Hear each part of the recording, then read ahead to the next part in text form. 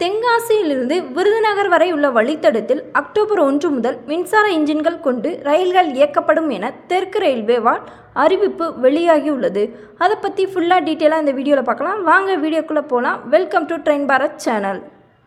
இதில் பொதிகை மற்றும் சிலம்பு அதிவிரைவு ரயில்கள் மட்டும் முதற்கட்டமாக மின்சார இன்ஜின்கள் கொண்டு இயக்கப்படும் என அறிவிப்பு வெளியாகியுள்ளது.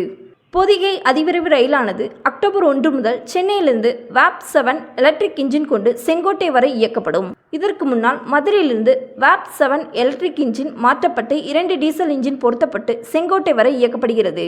இதனால் மதுரையில் 20 நிமிடத்திலிருந்து 30 நிமிடம் வரை தாமதமாகிறது. இந்த WAP-4 எலக்ட்ரிக் இன்ஜின் சென்னையிலிருந்து செங்கோட்டை வரை இயக்கப்பட்டால் இந்த தாமத நேரம் குறையும்.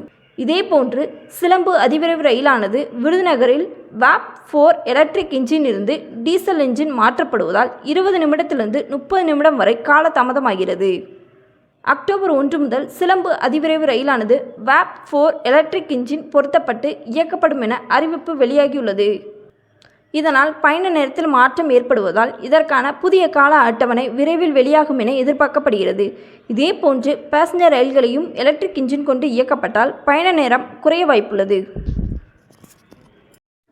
ஏற்கனவே திருநெல்வேலியிலிருந்து சேரன் மகாதேவி அம்பாசமுத்திரம் பாவூர் சத்திரம் வழியாக தென்காசி செங்கோட்டை வரை மின்மயம் பணி முடிந்து இதற்கான சான்றிதழ் வழங்கப்பட்டுள்ளது. ஆனால் இன்னும் மின்சார இன்ஜின் பொருத்தி ரயில்கள் இயக்கப்படவில்லை. இந்த பாதையில் மின்சார இன்ஜின்கள் பொருத்தப்பட்டு ரயில்கள் இயக்கினால் பயண நேரம் குறைய வாய்ப்புள்ளது. வீடியோ பிடிச்சிருந்துச்சுன்னா லைக் பண்ணுங்கள், ஷேர் பண்ணுங்கள். ட்ரெயின் அப்டேட்டுக்கு கீழே கமெண்ட் பண்ணுங்கள்.